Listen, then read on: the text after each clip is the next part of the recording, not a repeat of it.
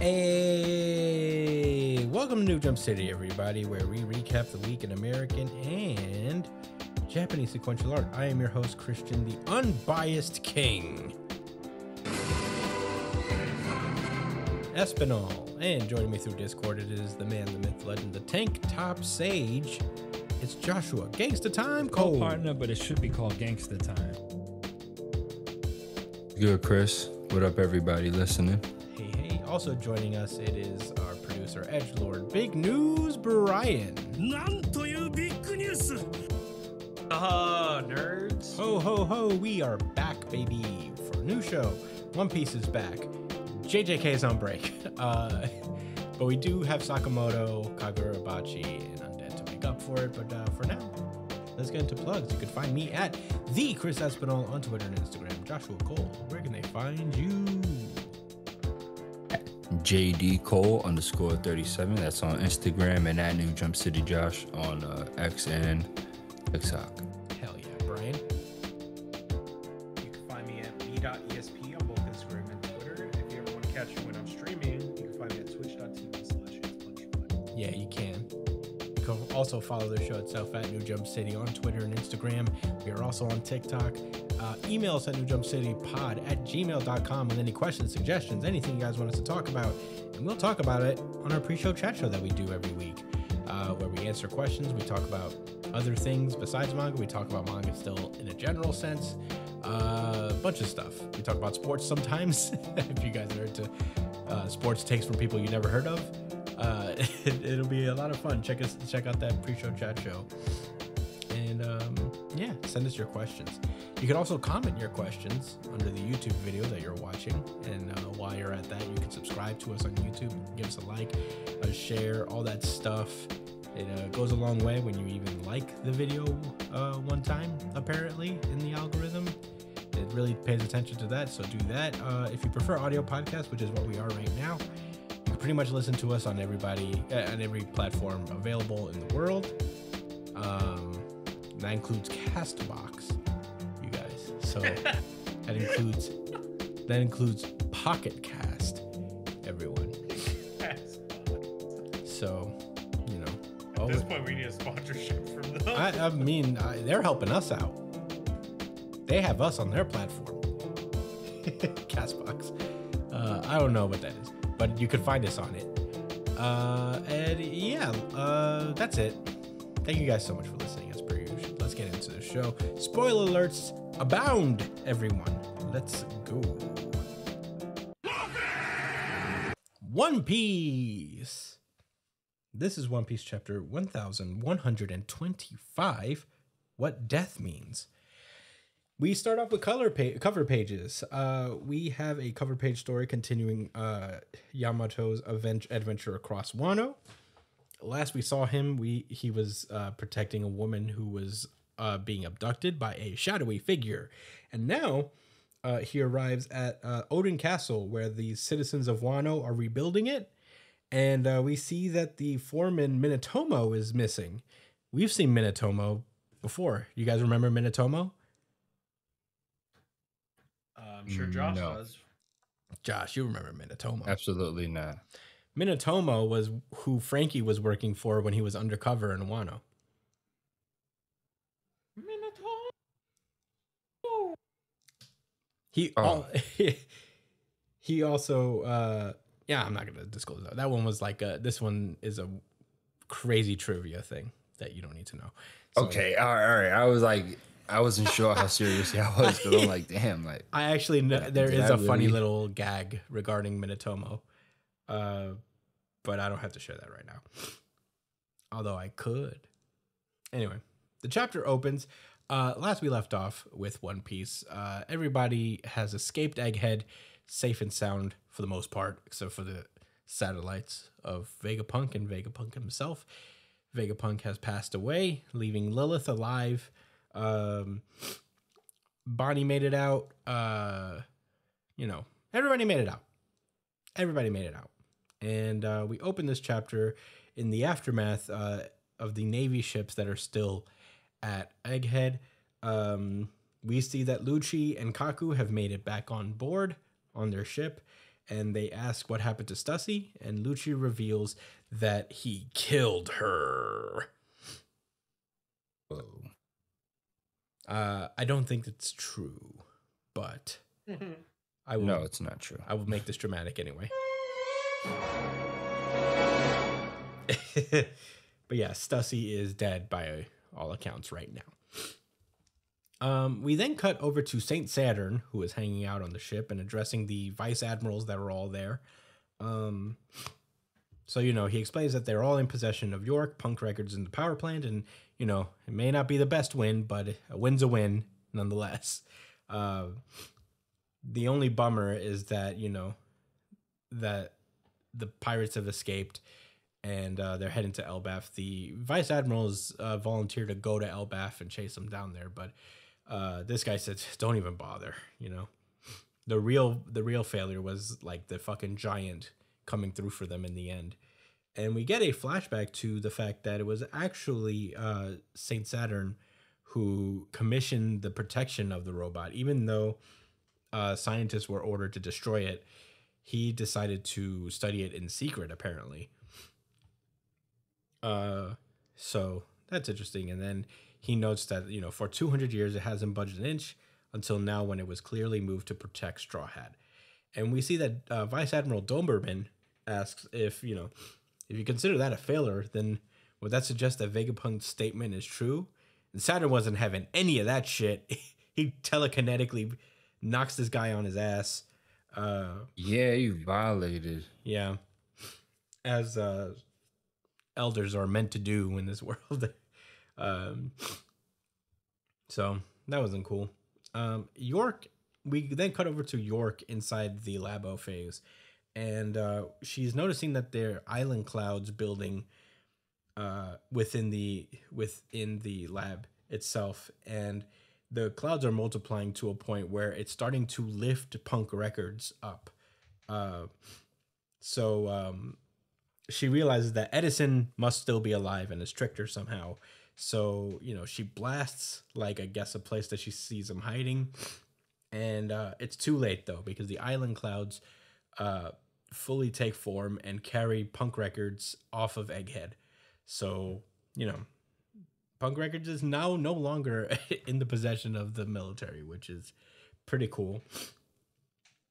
We then cut over to Marijois, where all the Celestial Dragons are pissed because there's a food shortage. As a recap, we did Quote see, unquote. What? Oh yeah, as much of a food shortage as these guys are capable of having, it's actually not that bad. People are just having to forego one of their many meals and their snack. But that one scene from SpongeBob where Patrick thinks that SpongeBob stole the candy bar, and he's like, "You took my only food. Now I'm gonna starve." It's pretty much that. Meanwhile, inside the Chamber of Power, where the 5 elders just chill, that's the only place they hang out, is this fucking Chamber of Power. Saint Garling pulls up, and he's like, "What?" And they're all like, "What are you doing here, Garling?" And he says that, "I'm here on important orders." And he's like, "Orders from whom? Where's your proper deference, Garling? Know your place." But Garling is here on some fucking business. He said, "Vegapunk York is henceforth my direct subordinate, as I assume the role of Godhead of science and defense."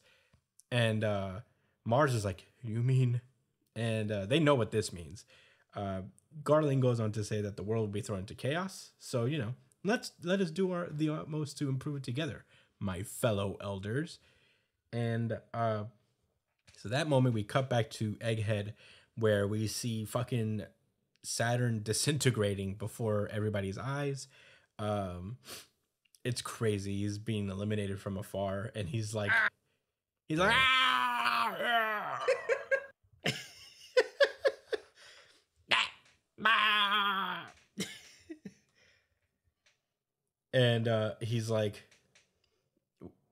like, "Have I been?" And Emu starts talking to him from afar. He's like, "Saturn, why did you allow Joy Boy to escape?" And he's like, "Mercy, please. I did not know those powers were so nebulous." And then he just explodes in a cloud of weird explosion. He's nothing but With bones. his Renegon. Yeah. He's nothing but bones now, but he's dead, unlike Brooke. And Yes, unfortunate. yeah, so I guess he is dead. I am able to use this sound.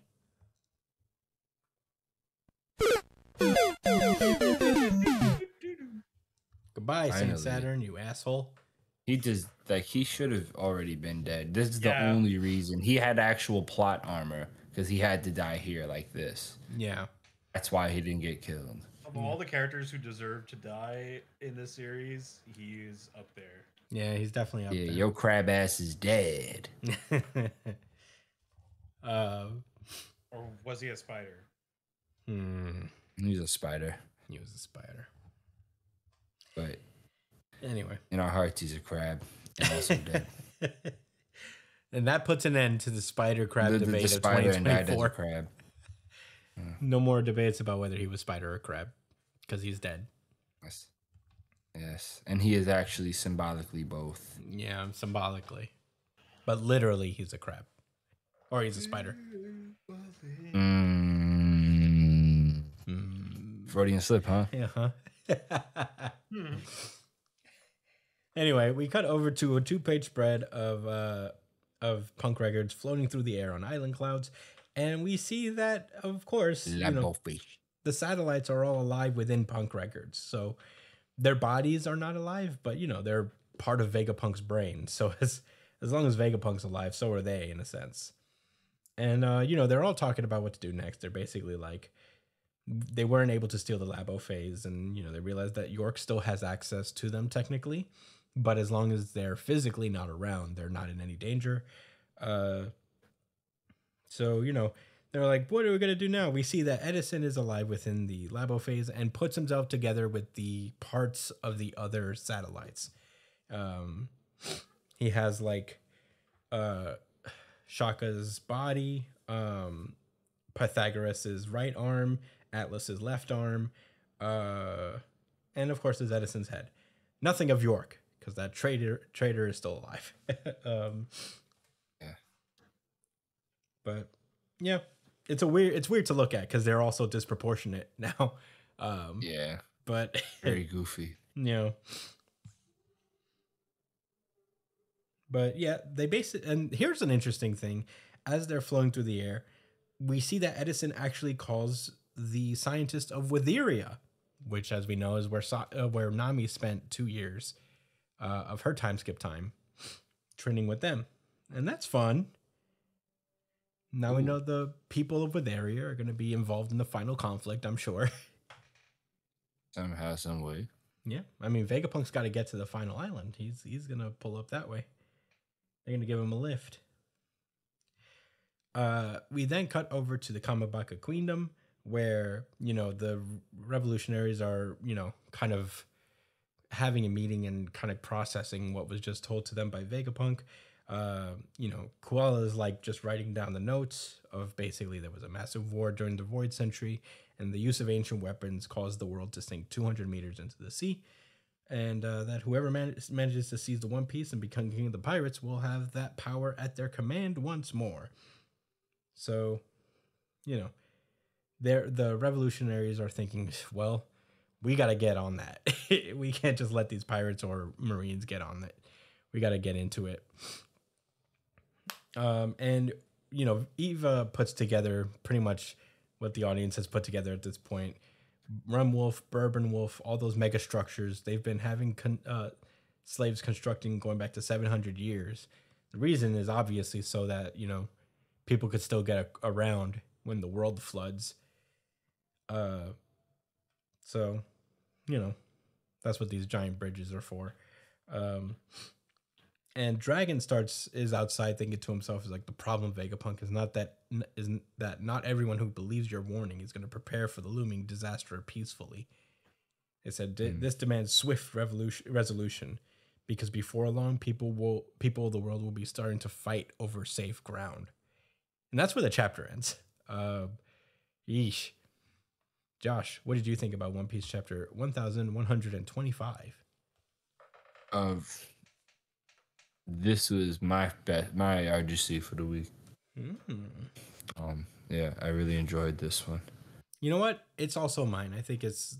I also think it's the best chapter of the week. What say you, Brian?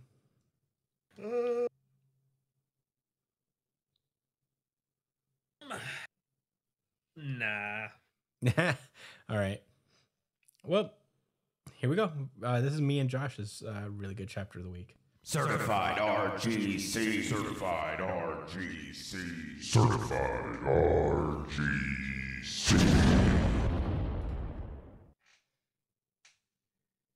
Yeah. Saturn got smoked.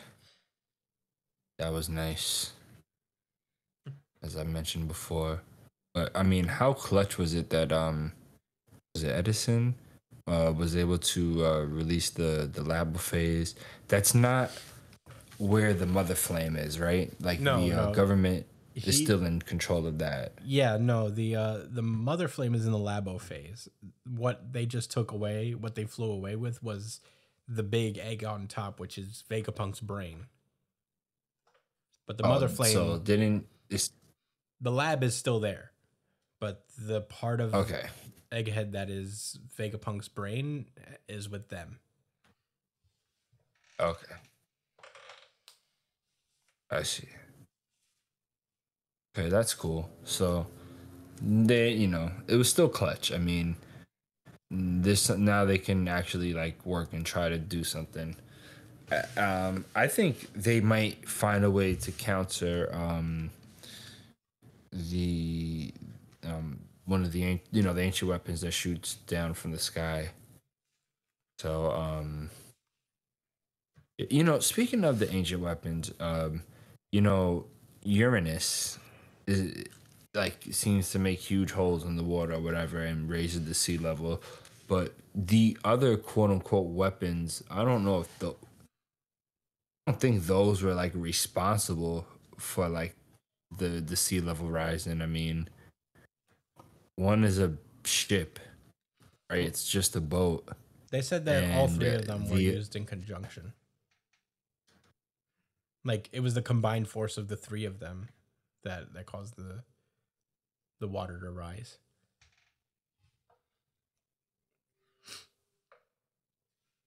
Shirahoshi technically an ancient weapon herself? Shirahoshi is an ancient weapon. She is Poseidon. Was she alive back then? No, she's just kind of the second coming of it. The ancient weapon Poseidon is just the ability to control Neptunians. Oh. Would she be really OP if the sea level rises? Yep. Yeah, I mean, obviously that's probably what they did. She'd probably be the strongest weapon. Yeah, I mean, it would just make sense as to why the government has like been oppressing fishermen for so long. They're people who can live and would be pretty much the dominant species of a world that's mostly underwater. Good point. I guess Arlong wasn't wrong.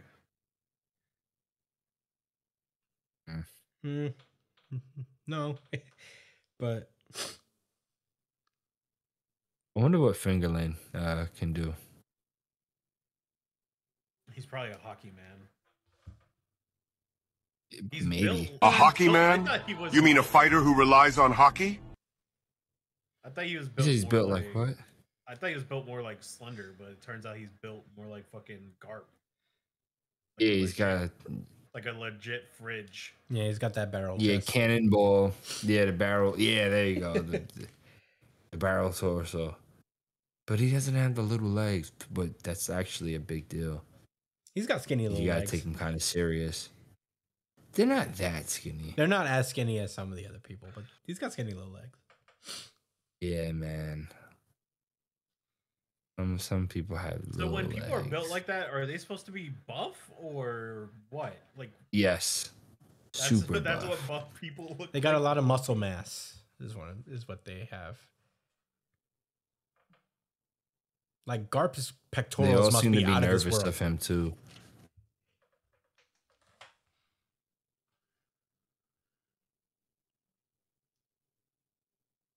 And well, yeah, this guy is certainly a threat, and I mean, all the other elders were Zoans, so I wonder if he has a Zoan fruit as well.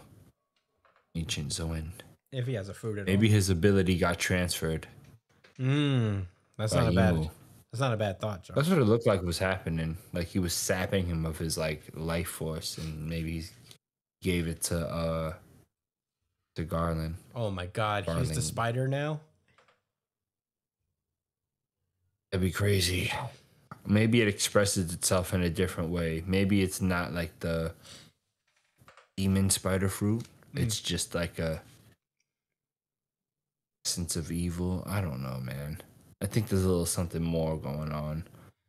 Either that or just Emu or this is just completely related to Emu's ability where he's just killing him, not transferring energy. Who knows? It's just some random thoughts I had. Yeah, I love this chapter. It gave us a lot of, and of course, like ending the chapter with Dragon. I mean, he doesn't say much in this series. We're seeing him a lot more frequently now, obviously, but like, everything he says is cool. He said, "This demands a swift resolution." Because it won't be long before the people of the world begin to fight over safe ground. He didn't say anything that was like enlightening or like super profound or nothing like that, but he got straight to the point, is that this is going to turn into a disaster because like this like maybe like the common folk will hear something like that, whether they believe it or not. There's not so much they could do about it anyway, but there are the forces that be out there with immense power, and full control over said power, like undemocratic control over that. So they could take advantage of people who are desperate and also violate. I guess, I mean, I'm not saying anything y'all don't already know, but I thought just shows the type of character he is, like the way he he's thinking about it like already. This was something that like so like it's crazy because the knowledge of the One Piece, like when we first heard it, for me it sounded so cool and fantastic. Not first heard it, but like when Vegapunk brought it back up, it was like a reinvigoration for us as readers. But Dragon kind of really puts the wet towel on it a little bit. It's like, no, this What a is party going to be pooper. fucking terrible for the actual people just trying to live and survive and not become the pirate king and all this extra shit. You know what I mean? Who don't want to rule a fucking cupcake country or fucking create weird animal people. Like the regular folk, this is really bad for them. Yeah. So, yeah. Other people have maybe mentioned it or had a brief thought, like briefly mentioned it, but Dragon to be known that this is a problem. Yeah. Anyway, Brian, what were your thoughts? I don't have much to say personally, but there is some discourse about this chapter. A lot of people are pissed. But I love to hear. A lot of people are pissed that we had another series of fake out deaths in One Piece. Well, it's not a fake out death. I mean, The it's Vegapunk are a fake out death. well, in theory, they are dead in the sense they're not physically there. They've all amalgamated into Edison, but Edison is the main body now.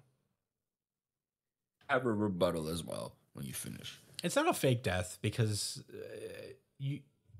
Vegapunk himself, the Stella's dead, but the other ones have been said to be satellites that exist within Punk records. So the people, they're not really alive. They're pieces of Vegapunk. They're like Horcruxes of Vegapunk, essentially. And it was said is as long as Punk Records is around, they'll still be alive. So it's not necessarily a fake out. Right.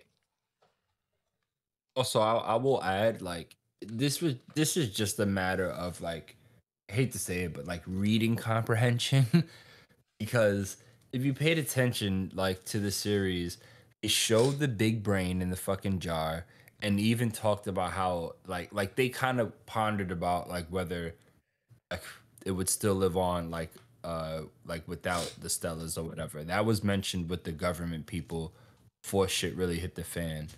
I remember when it was looking at the room. But even aside from that, I mean, the fact that these people were just like robots, they could easily like upload their AI fucking minds into the computer and back it up into something else. And honestly, I feel like Vegapunk kind of is dead. Like the actual Stella, like he's gone. I mean, his dome remains, and that's what keeps the Vegapunk engine alive. But I believe him in spirit is gone. What remains is his AI intelligence. Mm-hmm. Exactly. So I don't think it's a fake out personally either. Yeah, if you want to think about it in terms of when man, I had an MCU kind of parallel, but I guess it doesn't really track. I guess this is a more of a Marvel thing. It's like when Tony dies at some point, and he's basically exists as an AI figure. That's what the Stellars are. It's like Tony was dead in that time, but he existed as an AI duplicate, which is pretty much what the satellites are. When did that happen? A couple years ago. In the comics? Yeah, I don't remember exactly. Oh, when. I thought you were talking about the Marvel movies. No, yeah, I I was was. talking about the Marvel movies too. I was like, wait, what? No, it didn't happen in the movies, but Okay. Yeah, so. Yeah, I disagree with the streets yeah, the streets are wrong. on this one. I feel like you guys always disagree with the streets. Well, the streets be wildin'. The streets are very Well, most of the time you bring up it's sometimes you'll bring up like, oh, there's like a debate generally speaking, but most of the time you say like this is what you're hearing, like, you know, it sounds like that's like a loud minority, like, you know, minority of people, like a large enough group of people to make enough noise about it to get your attention. Yeah. Yeah, So. I saw quite a bit of huff and puff about the Vegapunks still being. Yeah, the streets are very reactionary, is what I'm saying. Yes, that's what this anyway, they're grasping for straws. And the only straw they should be grasping for is their own straw hat that they purchase because they know they're fans. Nice. They're a fan.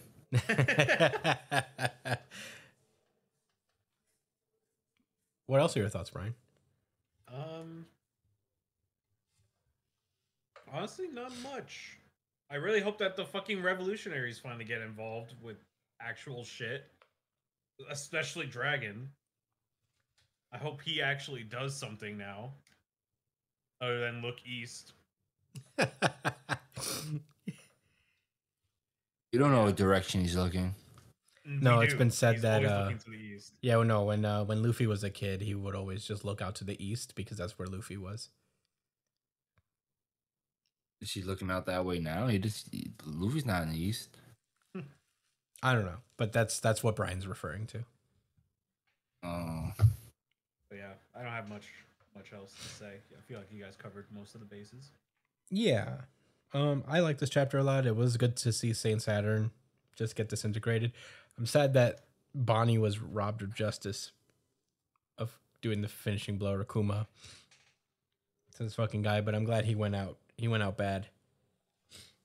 He went out in a literal explosion, which was cool. So yeah, the Vegapunks are cool. They're around. I love the inclusion of the Witheria. Because I wouldn't have expected it, but it'll be good to see them again eventually. I know they're inevitably going to be part of the conflict now at the end. But But yeah, as far as Dragon doing something, I don't know what he's gonna do. Is he just gonna run straight for the One Piece? I don't know. I feel like his efforts were more he'll take this opportunity to kind of like free up some more nations, to be honest. Because I can imagine that trust in the government is at an all-time low at this point. What if he takes this opportunity to attack Mary Joie? It still wouldn't be a good idea. I don't think he would do that. I think Dragon is nothing if not extraordinarily cautious. Like he's kind of the opposite to Luffy in that way, where Luffy would have done so many, like the things that Dragon has abstained himself from, Luffy would have jumped headfirst into. That's a good way to say it, because you know, obviously it's tactical. Yeah, but he does abstain from any from certain conflicts. Yeah, I think like Dragon understands that the cause outweighs many things. Mm-hmm. And you know, he can't just move reckless because he's taking on more responsibility than just kind of a pirate who's in it for themselves for the most part. But he's got the weight of the world on his shoulders. Right, it's not just his crew. Yeah, he's dealing with the world. He's not just his crew he's trying to hold down. He's trying to save humanity. Mm-hmm. Tough. Yeah. But I would be excited to see him get more active. I just want him and Luffy to meet, man. I'm so curious of what their dynamic would be. I know that I have a feeling that Dragon is as proud of Luffy as Garp is whenever he does something. Yeah. He just doesn't show it. We don't see it on screen. But you know when he's in the back by himself, he's like, that's my son. That's my son. I really hope Luffy meets him before he has to fight Emo. I bet you when they meet each other, it's not going to be like a profound moment. No, I don't think so like, either. They're going to look at each other and be like, hey. Yeah. They could be, hey. I think I got a theory. I think Luffy meets him as he's dying. I would think they have some he more might time. meet him towards the very end. I don't know if he'll meet him as he's dying. I think Dragon's gonna get in a fight with Emu. I think that's possible. Another. I could see that for sure. And I think Luffy's gonna come in like right at the end. That's what I think is gonna happen. Yeah. I just want them to meet, man. I think Luffy's gonna learn a lot about his dad before it happens, though. Like he's gonna want to meet him or whatever, and then that's gonna happen. Mm-hmm. And Luffy's gonna unlock a whole nother emotion. Yeah. Beat the shit out of Emo. It's gonna be like, wait a second, I actually care about my dad? Yeah. That dynamic's gonna be so fun. But yeah, who knows? It could go a lot of. I actually don't hope that happens. I hope they do get to meet. I have a feeling they talk. will have some time. You know, they probably won't have a whole lot of time together, but they'll meet and they'll talk. I can't imagine that they won't.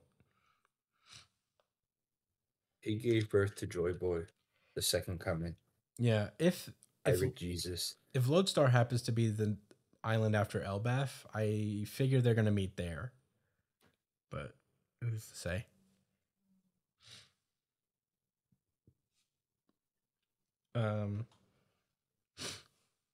But anyway, I don't really have any other thoughts. I thought this chapter was cool. I'm glad we're getting some more closeout. I'm glad One Piece is not off next week. We'll have probably the start of Elbaf for sure next week.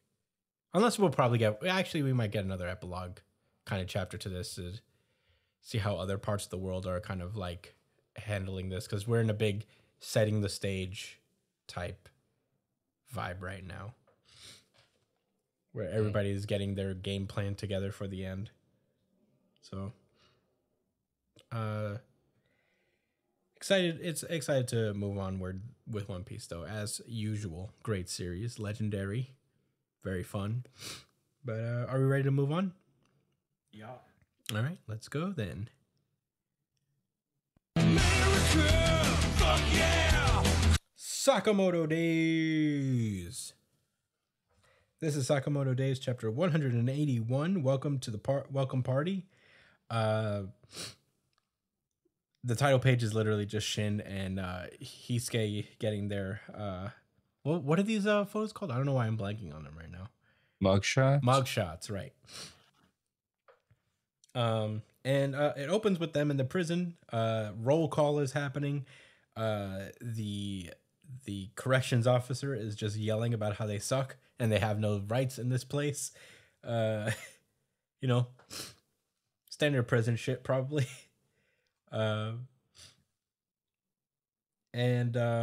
Yeah, we get a little flashback page of them talking about how, like, are you sure you want to go see the ESP the fortune teller? And he's like, yeah, I mean, who else is going to help me with the ESP guidance? He said, and Noguma's, what's his name? Nogumo? I don't know why. Are you talking about the sniper guy? No, Hisuke, I remember. I'm talking about the friend that Nagumo. Nagumo, thank you. Yeah. I knew it was close. I think that's his name. Yeah, Nagumo's like, it's easy to get into the jail, but, you know, getting out's the hard part. And it's like, if we aren't tough enough to escape the prison, then we'll be nothing but dead weight in the fight against Slur, right? And he's like, true. So, He's like, well, true. He said, Good point. He said, fine, I'll give you a hint. He said, the jail has 3 underground levels. The fortune teller is on the deepest one. Very Impel Down vibes. Nice. Which I'm not mad at. I'm here for it. It's a good structure for an arc. So yeah, Hisuke and Shin are just trying to figure out how to get down to the lower floors, and we get an obligatory guys walk up to try to bully them in prison scene, and then they wash them easily.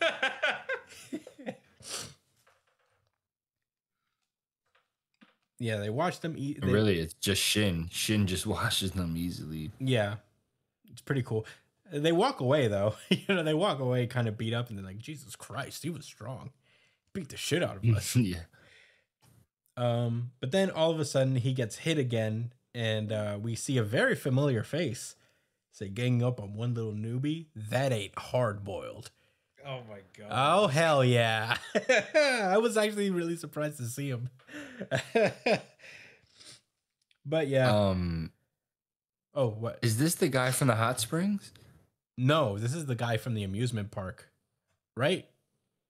Yeah. Yeah. Yeah, with the couple, right? Yeah, boiled. Yeah, and there was a girl that was with him too. Yeah. Yeah, you're right. Okay. But in the meantime, we cut to Shin and Hisuke doing their chores, trying to figure out again how they're gonna keep going into the lower levels. And as they're talking, all of a sudden a fist breaks through the door and punches Shin into next week, and we see Boyle in full view. And he said, instead of standing around, why don't we have some fun? You want to fight someone tough, right?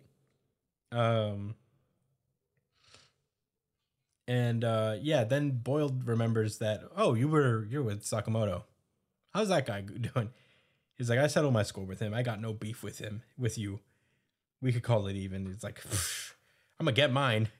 And Shin goes right after him again. He said, I can't let that slide. He runs over at him and he kicks him in the face.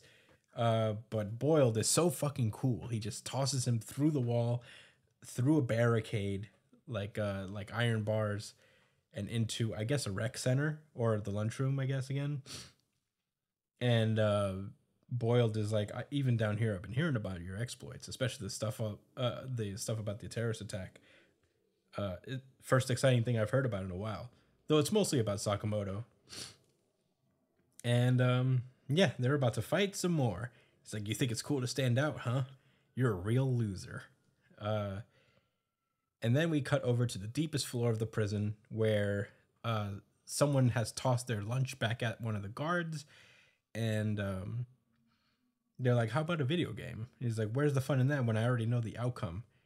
And one of the guards gets pissed. It's like, you'll die if you don't eat. And the woman who's talking mentions that she'll be out of here soon because her prince in shining armor is on his way and her predictions never fail. And we meet the JAA fortune teller known as Atari. And that's where the chapter leaves off. Josh, what did you think about Sakamoto Days, chapter 181? Exciting chapter. You know, when Sakamoto fights, it's always a fucking hilarious show. But I thought the action in this was good too. You know, Shin folding these two dudes real quick. He did this dude filthy with the spoon. I don't know if y'all peeped. Hit him in his neck and his like heart with it. Yeah, And the other dude, he shanked him with spoons. Yeah. Jeez. Yeah, Shen is ruthless. I mean, it reminded me. I was like, oh yeah, he's really strong. Like these guys are. Like, he doesn't have to worry about any of these like regular criminals. They made a good point. It was like, yeah, I guess only like third-rate prisoners like get caught. I mean, assassins get caught and like put here. So the one that they don't know how tough the ones at the lower levels are. But Shin was kind of seems to be underestimating them, and he already ran into a heavy hitter on this floor. Hardball is about to beat the shit out of Shin.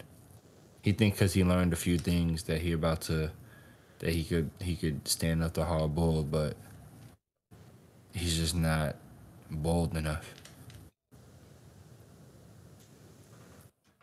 Anyway, the new the new fortune teller is I didn't expect it to be a little girl. Well, it's probably not a little girl. It's probably a young woman, but I thought it was gonna be an old person. I ain't gonna lie. I thought old when I thought fortune teller. Yeah. And I was wrong.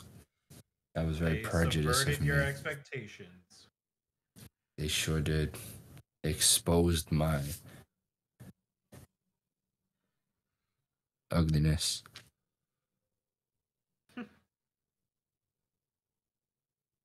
Anyway, Brian, what were your thoughts? You know, I was literally, before this chapter came out, I was literally thinking where the fuck Boiled was. That's funny. And he shows up literally this week. That was pretty cool. Fold it again? No, I didn't mind? say it. I didn't say it. Yeah, so it doesn't count. But I was just wondering where the fuck he went recently, and now we find out he's here. Pretty fucking sick. I love a story. I love a prison break story with like a bunch of it's kind of similar to Impel Down, where it's just like a group of unlikely comrades working together to break out of prison. That's a pretty fun story.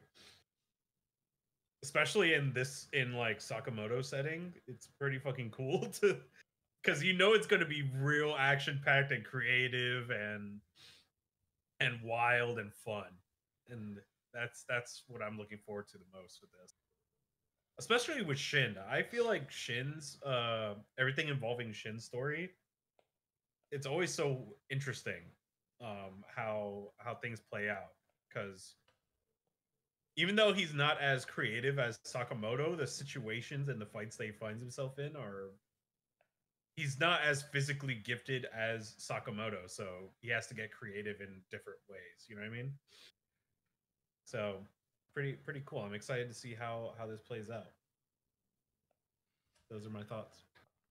Yeah, I'm right there with Brian. I also am a big fan of cool prison break stories. I mean, I'm happy that they're basically doing the Impel Down route, which I am not mad at in the slightest. I'm really excited for this. I'm excited for Boiled to be back in the fold. I always thought he was a really funny character when I was rereading this to reacquaint myself with the series. And I'm glad I did, because he always made me laugh. Because he's kind of like Senor Pink. Senor Pink, yeah. Senor Pink took himself seriously. So hard-boiled. He's so hard-boiled. Who do you think would win in a fight, Frankie or Boiled? Or Boiled? Probably Frankie. And like One Piece characters are honest to God fight, or like in a hard boiled competition? In a hard-boiled competition. I guess Frankie. He has the experience of facing off against another epically hardballed person That's in true. Senior Pink. He's already 1-0 in hard-boiled battles. Yeah, and if you count Sakamoto as hardballed, this guy lost. He lost his hardballed That's fight true. already to someone else. Huh. I didn't think about that.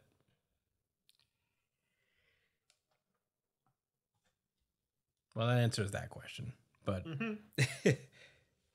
yeah, I'm excited for this arc. I hope we stick with Shin in the prison, because Shin is, for all intents and purposes, a secondary protagonist. You know, his story is just as important as Sakamoto's. He's had kind of arcs to himself almost, and he's had his own development. So I'm excited to see him grow and get even better. He's gonna basically have observation hockey by the end of this, Yeah. which I'm here for.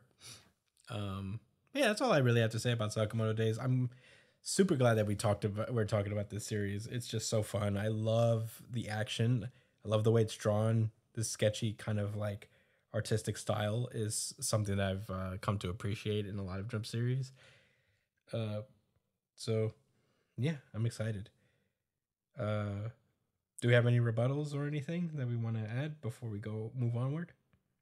Nope. Negative. Alrighty, then let's move onward. Tell that pussy clot girl me know what. Kagurabachi. All right. The Cags. The Cags. Hold on. You got this, Brian. The Cags. The Cags. All right. So the chapter picks up where we left off in the train cart. And Chihiro's kind of like, yeah, I had all the passengers move to a different car. And when the train stops at the next station, we'll just have them get off. And then after that, it'll just be us and the conductors and shit. We're going towards the Senkutsuji Temple, and we'll get there. We'll get you there safely. And Yoji is kind of like, "Yup, Mr. Rukihira." And Chihiro's kind of like, "Could you just drop the Mister, dude?" Never. And Chihiro kind of, realizes who he's talking to, I guess. He's kind of like, this man wielded the Kumiyuri enchanted blade 18 years ago. And he kind of recalls seeing a picture of his dad with Yoji kind of posing in the picture. It's actually kind of wholesome, I'm not gonna lie. And we cut in the next page we see him kind of starstruck by Chihiro. He's like, "Do you mind if I hold it?" And pointing at Enten. He's like, "What, like a baby?" "I don't mind, but weren't you gonna make sure about my identity, whether I'm really Rokuhira's son?" And he's like, "What? Nah, dude, you're not Rokuhira's son. You actually are him." And Blazes intense. like he looks like his eyes look like he's fucking cracked out. And he's saying that basically Chihiro gives off the same vibe as his dad. And it's been 18 years since you've seen him, and it feels like he's meeting him all over again.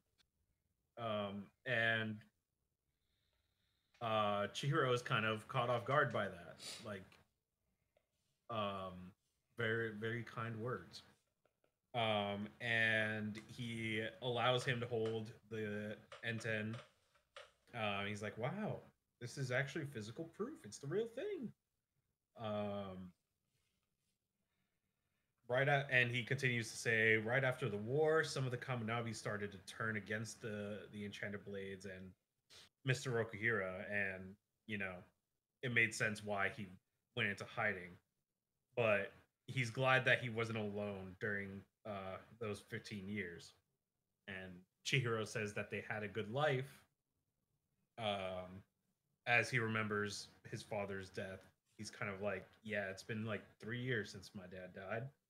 And the Hishaku stole the fucking blades, manipulated Sojo and the Sazanami family, and now they're trying to kill all the sword contractor. Now they're trying to kill all the swords so that they can wield it. Um, and basically, um, what they saw at the Koguguku, which is where there's just the hot spring that he was staying at, Kokuguku, was weapons that Sojo created for the Hishaku sorcerers to use. They allow the wielder to temporarily wield powers on par with enchanted blades in exchange for their lives. And he continues to say that the Shaku's plot is to attack all at once with weapons on par with enchanted blades and take down all the Sanso fortresses, so that they can all get the fucking enchanted blades that they have, the abundance of them that they have. And they kind of start to realize that maybe they're a little outgunned because the only weapons they have that are on par with those guys are Enten and Flamebone. And Yoji is a little he's a little, what is it? What's the word I'm thinking of? Flabbergasted, not flabbergasted. I don't know, insulted by the fact that they didn't add him into the calculations. Oh yeah. He says that he's still alive and that the attack on the Sanso fortress was a failure. And besides, and he's thinking back to his boys that he left behind, Bandana Sorcerer guy. We kind of get a flashback to what happened to them after he left. So we see him saying his last words to Yoji, where he's like, "Yo, you better survive, or we'll curse you." And then he closes the door, and he's like, "All right, yo, what's the status?" He's kind of like shouting up to the clerk, and 4 guards have been injured, and the rest of them are doing well. And he's like, "Give me a tag, number 108." And he goes to go get something, I guess. And Yoji's kind of like, the guards at the fortress are elite fighters. And we cut to the fortress guards fighting off these Hishaku sorcerers. And we see Yoji kind of glazing them up a little bit too. He's kind of like, if they just hired some random sorcerers as assassins, they're out of their league. Those weapons might give them a momentary edge, but my guys won't go down easily. And as he's kind of talking, we see like glimpses of the fight kind of sprinkled in. Chihiro asks, "You think they could win?" And Yoji says, "I spent 3 years with them. I have at least that much faith in them." And we see Bandana Sorcerer guy put a rope around one of the Hishaku guys, and he goes, "Smoke axe," as he kind of zips past him and chops him in half, which is pretty fucking sick. Pretty dynamic panel. So much for giving our lives, he says, as he's, I guess the rest of them just get absolutely fucking dominated. And all of the elite guys are all kind of, sitting around after the battle's over. And they're like, Uruha's met with his new escorts and they're headed to the Senkutsuji temple. Let's beat them there. We'll surprise Uruha. Nice. We'll give him a warm welcome. And LOL. And we cut to Chihiro and the gang arriving at the train station, and Hakuri kind of realizes that nobody's there. And they look out the window, and we don't see what they see yet, but instead we cut to a vending machine just in front of the train as it's arriving. And we see somebody, getting something from the vending machine. They say, good selection. Wish we had this in my neighborhood. Guess hiring a bunch of random sorcerers wasn't enough. And we see a dude with, I don't even know what the fuck that is. It's just a lot of neck protection. I don't I don't know what fashion style that is. But he's like, It's well, like at Best least Genius. yeah, Best Genius, Phaeton. Yeah, this guy heard protect your neck and he was like, bet. That's all I'll do. Ain't nobody getting my neck on a fucking fresh cut. I swear to God. Well, at least we eliminated a few thanks to the Daten Seki. And Neck Guy is kind of like, you look happy. And he's like, of course I am. You finally gave us permission to move. After the past 3 years since we scored the enchanted blades, it's been prepare for this and prepare for that. Boring. I'd rather just go and do something. Anyway, they're gonna get real mad about this. He says as he's walking into the train, we get a 2-page spread of all of Yoji's elite bodyguards dead on a bench at the train station. Or at least severely wounded. Or yeah, at least severely wounded. But I do not have high hopes for them. Which is unfortunate. Bandana guy looked kind of cool. Yeah, he reminds me of the bandana guy from Naruto. Yeah, actually. If you have a bandana in manga, you're actually fucked. Yeah, if you have bandana and shoulder length hair, you're fucked. As this Hishaku person steps onto the train car, he seems kind of surprised to see that Chihiro is actually very composed and already has Inten drawn and ready with Kudo floating around him. Is this Hakuri saying this dialogue in his head? If it were me, I'd I think so. Trap. But this guy gets it. He knows how important his life is. And the Hishaku person goes, "What impressive self-control." Well, so be it. Shall we begin? As these two meet and begin their fight. And that is the end of the chapter. Pretty sick.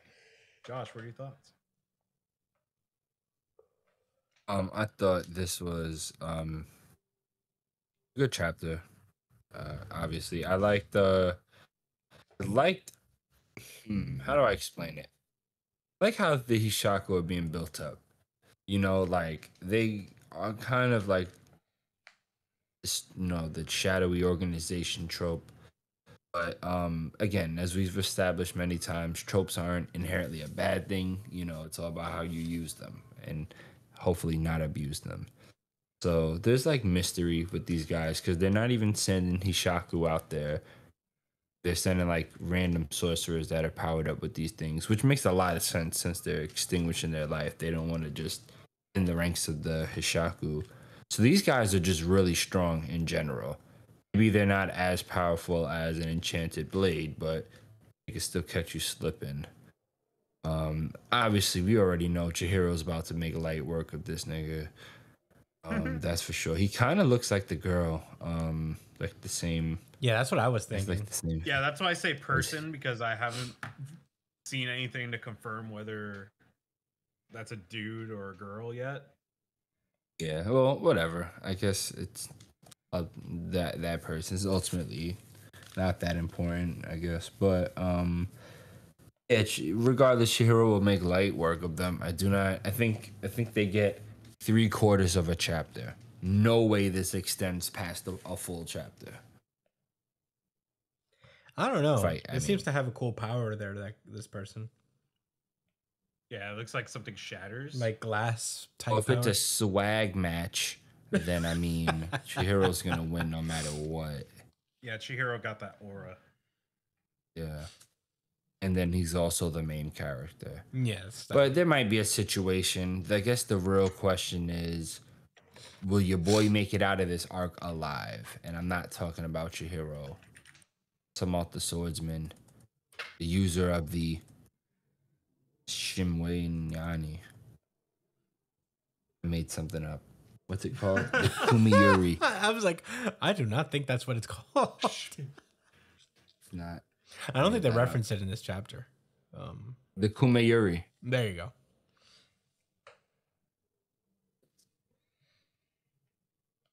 Yeah, bro.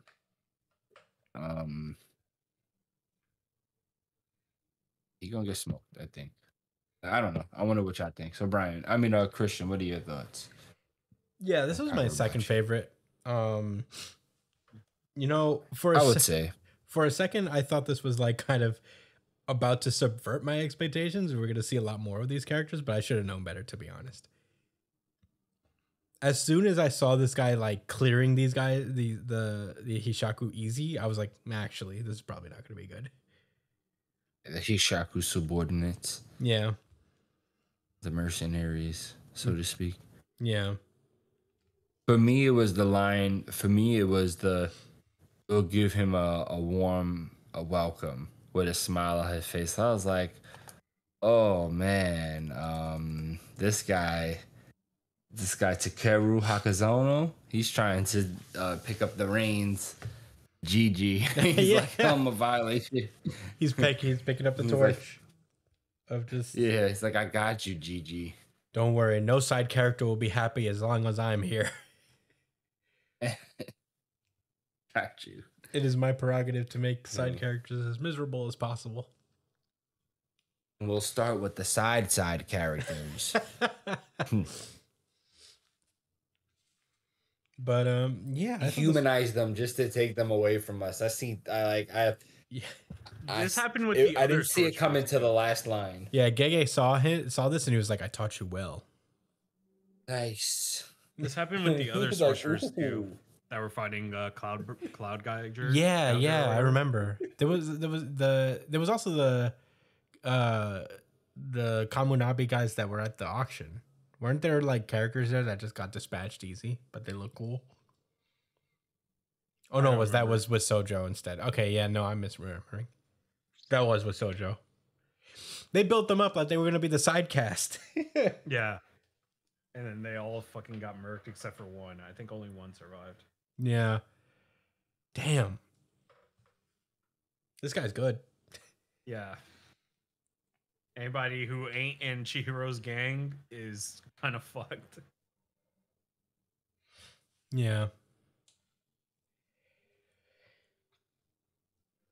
Good chapter overall, though. This was my second favorite. I really enjoyed it. And my RGC.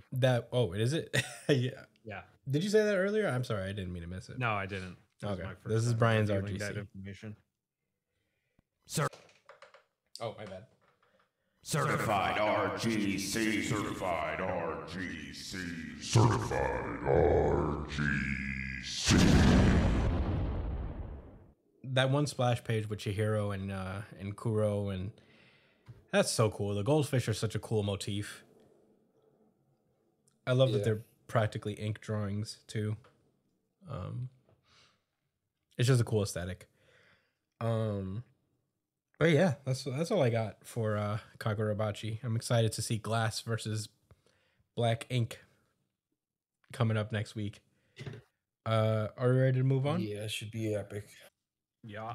Yes, sir. Alrighty, then let's get going. We call that easy money, GG. Undead Unluck. And with that, I'm going to toss this one over to Josh. Joshua Cole. Undead Unluck. Chapter number 221. Bad Loop. Bad for Unruined, not bad for our main characters, that's for sure.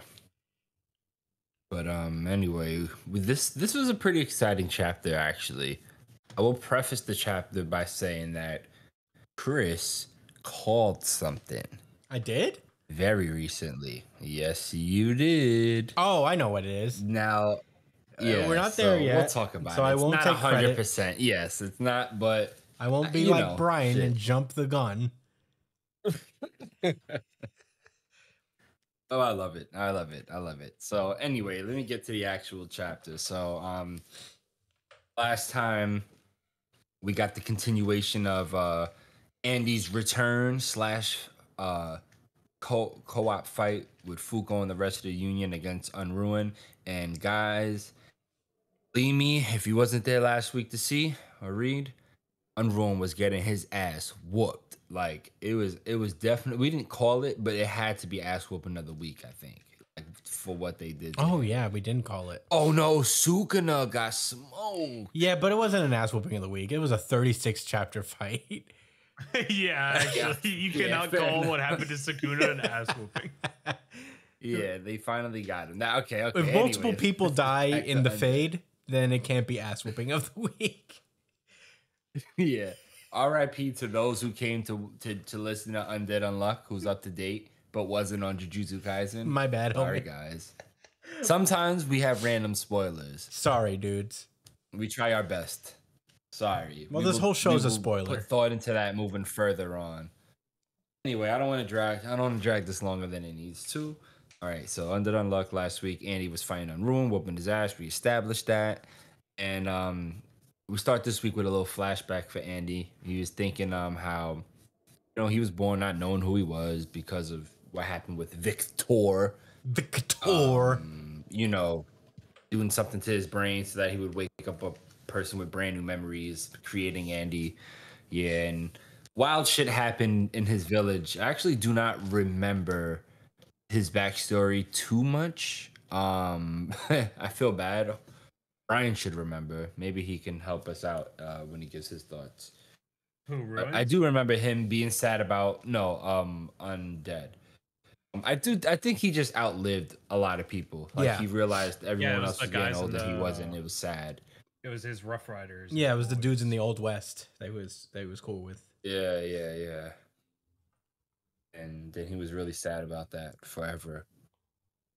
And so basically he's essentially speaking about how he was kind of lost, like for a long time up until he ran into Fuko. And it's claiming that he was undead and nothing more. So we get back to the fight in outer space with Andy versus Unruin. I think they're out of space. They're really close to it if they're not, out of the atmosphere completely.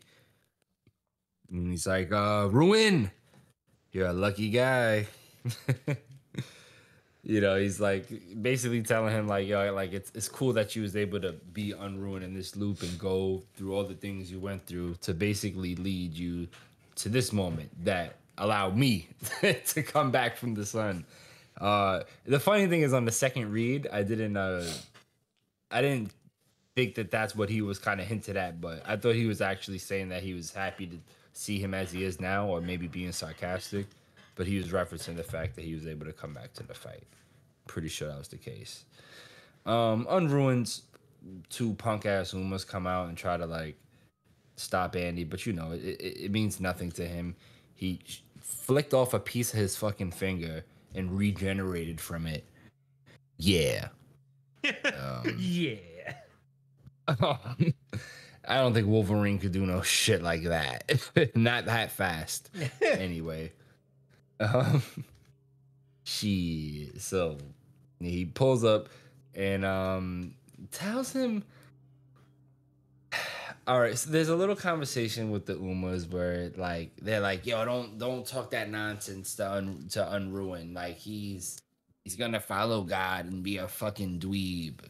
You leave him alone. Don't talk that bullshit. He's gonna be a dweeb and we love him for it. Yeah, actually kind of sweet, TBH, but Andy's not trying to hear it, so he hits him up with a dead Vulcan, which is a rapid fire shot of blood rounds from his fingers. Really cool stuff, actually. And as Unruin is getting torn apart by said attack, he has a flashback to the past, thinking, why have this? He's like, why? Before he has this flashback, he thinks, why do we have the same regeneration abilities? What's different? What's the difference between us? And then his flashback starts, and we hear, "You little piece of crap." And this like angry, just like this angry dark figure, some type of authoritative figure in his life, an abusive one, saying, "Why the hell do you think I keep you around? You can only work at night. Your skin burns in the daylight. Quit spouting all that nonsense." I don't know what the fuck that's about. Is he a vampire? Is he that What, guy a from vampire? Is he that guy from SpongeBob? The I was born with glass bones and paper skin. Nosferatu. Oh wait. It's oh. Yeah, I was both on to something there. Yeah, But, we were yeah. close together.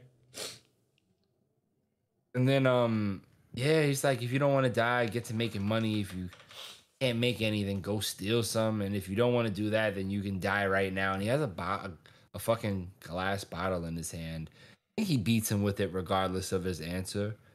I think that like the answer was more rhetorical, like something for him to think about after getting beat with the glass. So this guy was really bad, obviously. And Unruin wakes up from that flashback with Undead's blood sword in his head, lobotomy style. And he says, "Oh, you're up."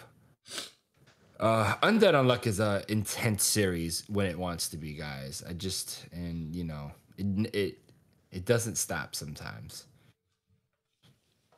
Love it or hate it. Yeah. Yeah. Andy wakes him up lobotomy style, like I said.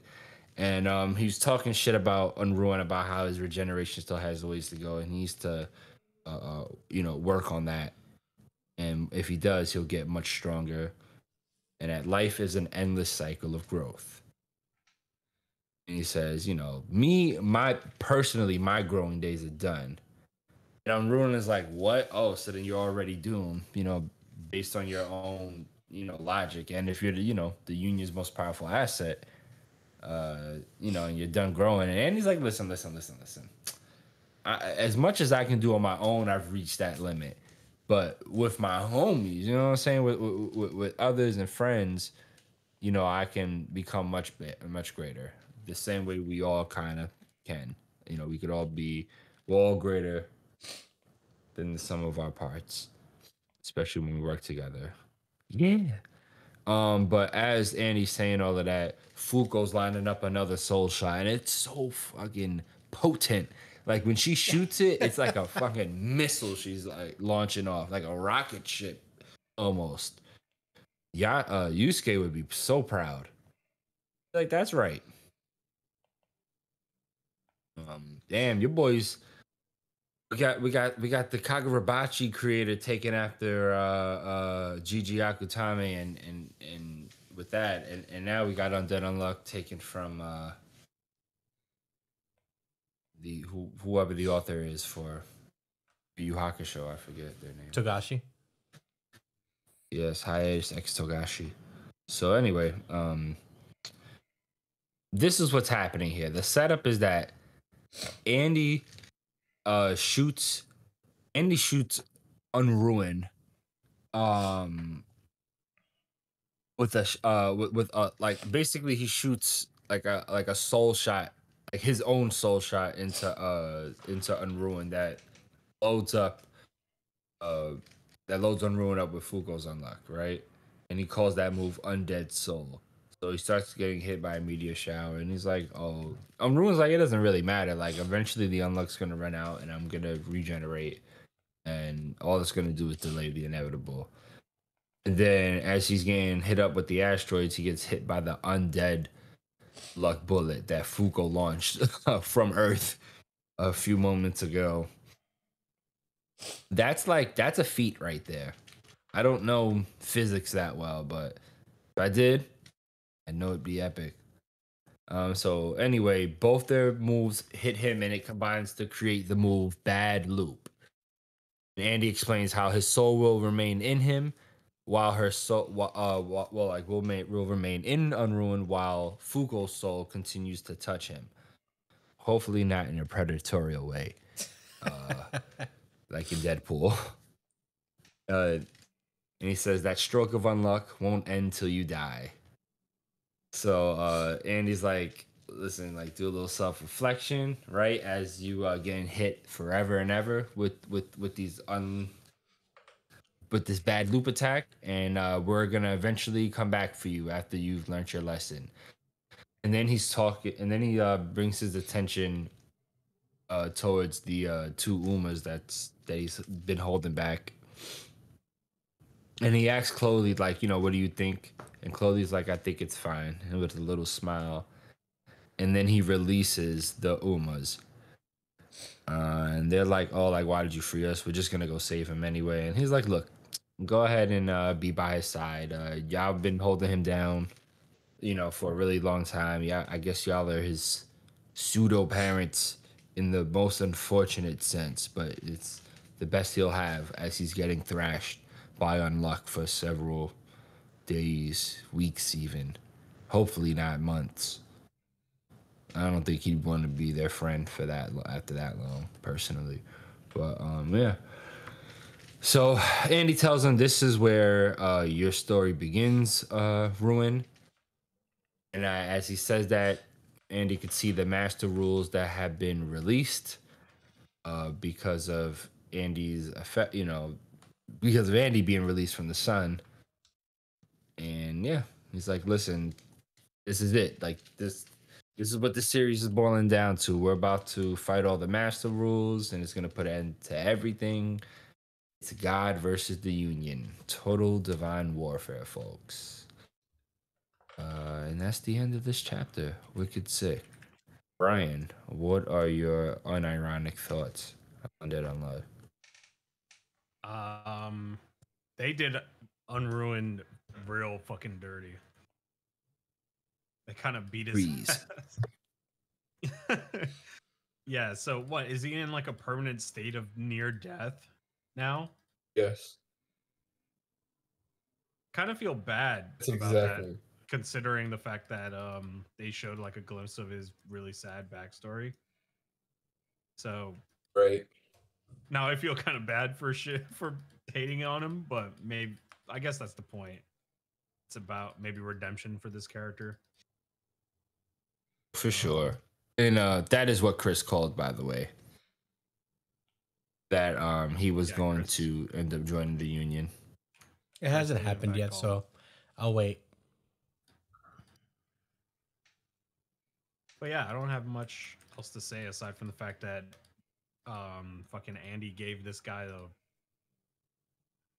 a fucking beat down of a lifetime, and then was like, all right, go sit in a corner and think about what you did. Go to your room. Yeah, he actually just fucking bitched this guy so hard. He gave him a lecture as well. That was tough. Man. Yeah, it was pretty brutal. But yeah, those Him an ass beating in a lecture.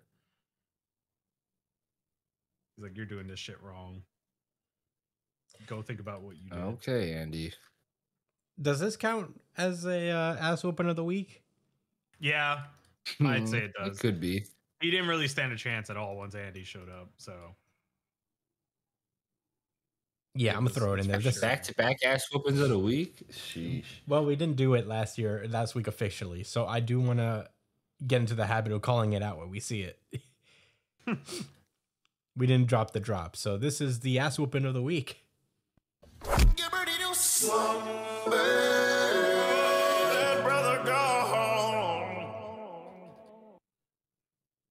Yeah, he's like they put him basically in a standstill until they're ready to scoop him up, and I guess they felt like he's did enough time. I don't think he's in pain. I think he's just kind of trapped, and he's like, God damn it! Oh man, like I can't fully regenerate, and I had to just think about what Andy said. I have to think about what Andy said. The only thing I can do is think about what Andy said. Yeah. While I'm getting my ass whooped constantly in a loop of bad luck. That's literally what he said. I know. Think about this cool ass move and this lecture. I just, orated. Some bad stuff. That is a bad loop. Yeah. That's why it's called bad loop. He's in a loop of pain. Well, metaphoric pain. Spiritual angst.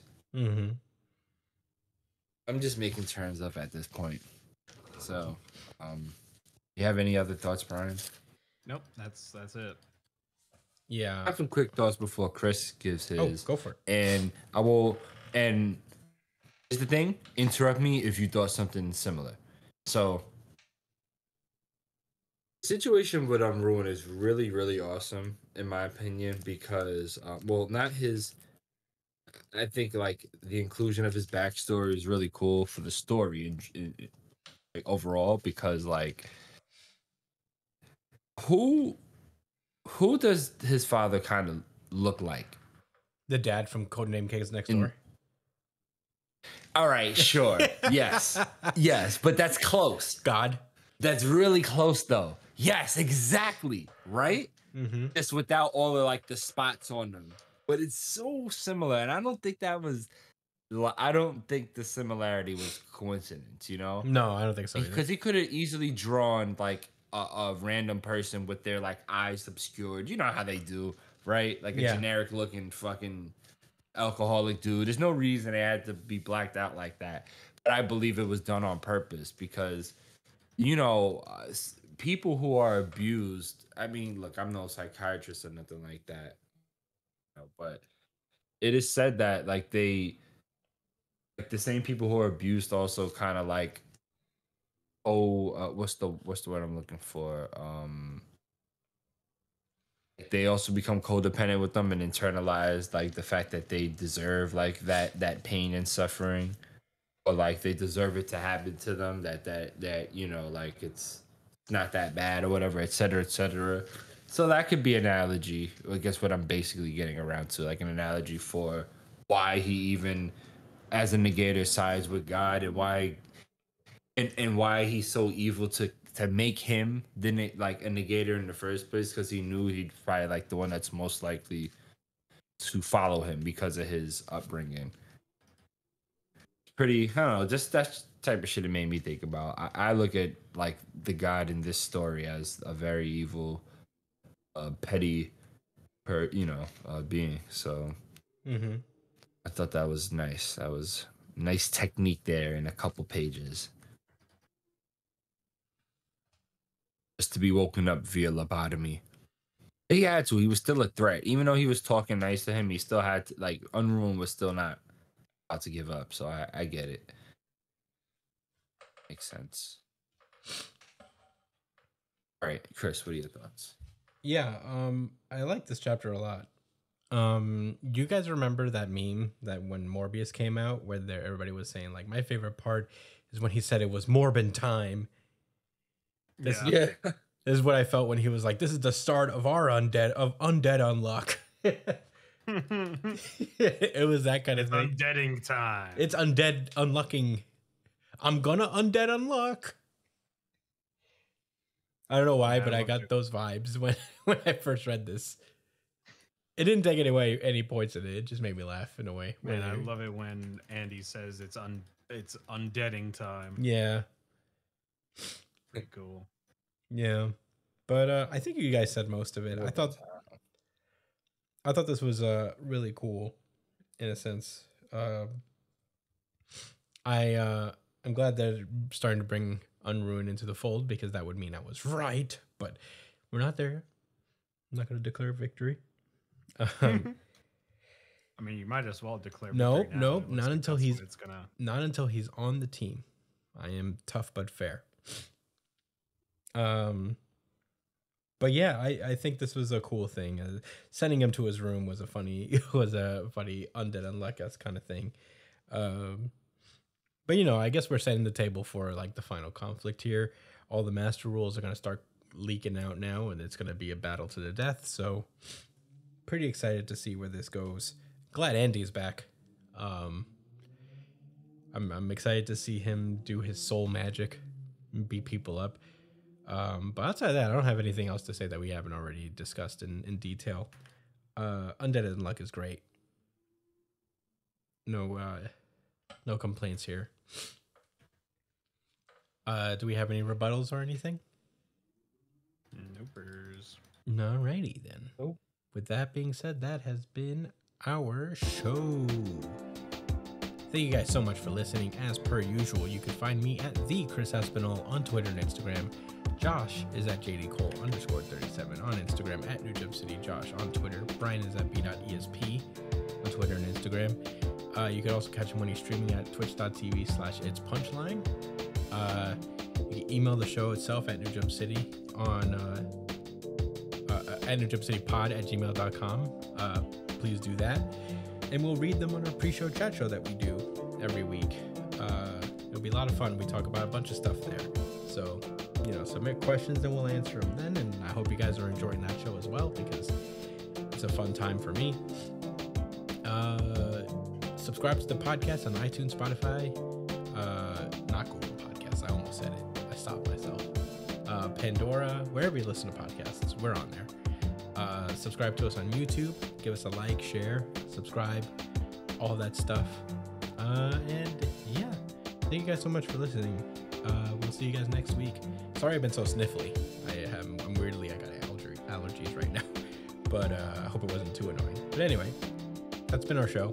We'll see you guys next week. Stay safe, New Jump citizens.